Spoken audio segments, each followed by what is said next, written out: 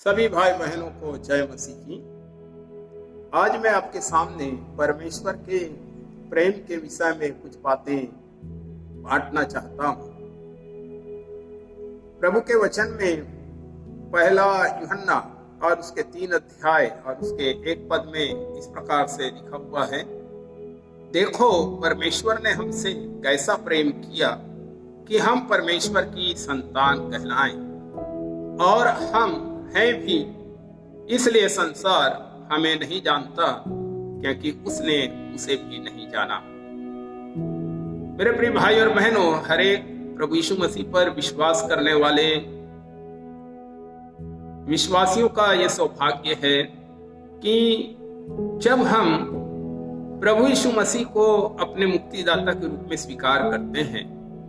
यूहन्ना अपने सुसमाचार, यूहन्ना रचित सुसमाचार उसके 1 अध्याय और 12 पद में कहता है कि जितनों ने उसे ग्रहण किया, अर्थात जितनों ने प्रभु यीशु मसीह को ग्रहण किया, प्रभु यीशु मसीह ने उन्हें परमेश्वर की संतान होने का अधिकार दिया, अर्थात उन्हें जो उसके नाम पर विश्वास करते हैं, अर्थात जो लोग प्रभु यीशु मसीह पर विश्वास करते हैं वे लोग परमेश्वर की संतान बन जाते हैं, और यह अधिकार हमें प्रभु यीशु मसीह के द्वारा मिलता है।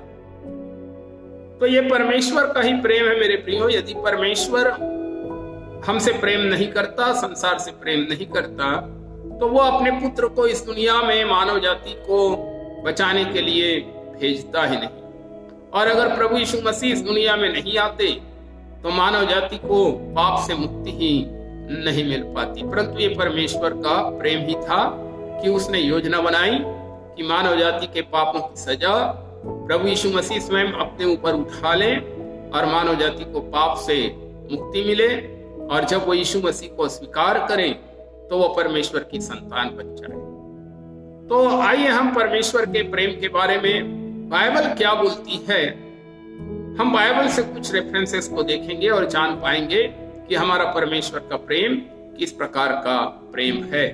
पहले यूहन्ना 4:8 बताता है कि परमेश्वर प्रेम है। तो मैं कुछ बातों को आपके सामने रखना चाहूंगा और बाइबल से रेफरेंसेस भी रखना चाहूंगा। पहली बात है, परमेश्वर का जो प्रेम है वो सदाकाल का प्रेम है। यिर्मयाह 31 अध्याय उसके 3 वचन में बाइबल कहती है कि यहोवा ने कहा है, मैं तुझसे सदा प्रेम रखते आया हूं, इस कारण मैंने अपनी करुणा तुझ पर बनाए रखी है। परमेश्वर का जो प्रेम है वो सदा काल से है। परमेश्वर का प्रेम जब से संसार की उसने उत्पत्ति किया है, संसार की सृष्टि किया है, मानव की सृष्टि उसने किया है, उस समय से परमेश्वर हमसे प्यार रखते आया है। दूसरी जो बात है वो है, परमेश्वर का प्रेम जो है वो माता से बढ़कर प्यार है। एक माँ अपने बच्चे से प्यार करती है और माँ के लिए उसके बच्चे के अलावा और कुछ भी ज्यादा प्रिय नहीं होता है। लेकिन परमेश्वर का वचन हमें बताता है कि एक माँ तो अपने बच्चे से प्यार करती है, परंतु परमेश्वर का जो प्यार है वो माँ के प्यार से भी बढ़कर है। यशायाह नबी की किताब उसके 49 अध्याय और 15 वचन में इस प्रकार से परमेश्वर कहता है कि क्या यह हो सकता है कि कोई माता अपने दूध पीते बच्चे को भूल जाए और अपने जन्माए बच्चे पर दया ना करे? हाँ, वह तो भूल सकती है, परंतु मैं तुझे नहीं भूल सकता। तो ये परमेश्वर का जो प्यार है वो माँ से बढ़कर भी वो हमसे प्यार करता है। तीसरी बात है, परमेश्वर का जो प्रेम है वो निष्पक्ष प्रेम है। उसके प्रेम में किसी भी प्रकार का पक्षपात नहीं है। वो किसी काले से प्यार नहीं करता है, गोरे से प्यार करता है, या परमेश्वर किसी विशेष देश के लोगों से प्यार करता है और दूसरे देश के लोगों से प्यार नहीं करता है, ऐसा उसका प्यार नहीं है। परंतु हमारा परमेश्वर का जो प्रेम है वो निष्पक्ष प्यार है। यूहन्ना 3 अध्याय और उसके 16 पद में लिखा है कि परमेश्वर ने जगत से प्रेम किया, उसने सारे संसार से प्रेम किया कि उसने अपना एक लौता पुत्र दे दिया ताकि जो कोई उस पर विश्वास करे वो नाश ना हो परंतु अनंत जीवन पाए। उसने सारे संसार के लोगों से प्यार किया। और परमेश्वर जो है वो किसी एक धर्म विशेष जाति का परमेश्वर नहीं होता है, वो किसी एक देश का परमेश्वर है, बाकी का नहीं है, ऐसा नहीं है। परमेश्वर यहोवा परमेश्वर, जो बाइबल परमेश्वर का नाम बताती, वो हमारा परमेश्वर यहोवा है। और वो यहोवा परमेश्वर ने सारे जगत से प्रेम किया और इसीलिए तो उसने आदेश भी दिया है कि तुम सारे जगत में जाओ, सुसमाचार का प्रचार करो, क्योंकि मैंने सारे संसार के लोगों के पापों के लिए बलिदान दिया है और सारे संसार के लोग मुझ पर विश्वास करना चाहिए, सारे संसार के लोग अनंत जीवन को प्राप्त करना चाहिए। तो जो परमेश्वर का प्यार है वो निष्पक्ष प्यार है। और यदि किसी परमेश्वर का प्यार पक्षपात, उसके प्रेम में पक्षपात है, तो फिर वो परमेश्वर नहीं हो सकता।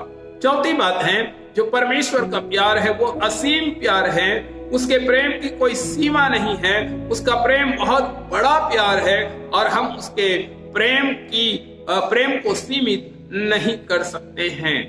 इफिसियों की पत्री उसका 2 अध्याय 4-5 पद में पढ़ेंगे तो वहां पर बताया गया है कि परंतु परमेश्वर जो दया का धनी है, अपने उस बड़े प्रेम के कारण जिससे उसने हमसे प्यार किया, जब हम अपराधों के कारण मरे हुए थे तो हमें मसीह के साथ जिलाया। बाइबल कहती है वो दया का धनी है, उसके पास दया की कोई कमी नहीं है। और बाइबल ये भी कहती है कि अपने बड़े प्रेम के कारण, अर्थात उसका जो प्यार है वो बहुत बड़ा प्यार है। परमेश्वर का जो हृदय है वो बहुत विशाल है और उसका हृदय जो है वो प्रेम से भरा हुआ है। पांचवी बात है, परमेश्वर का प्यार समझ से परे, ज्ञान से परे है।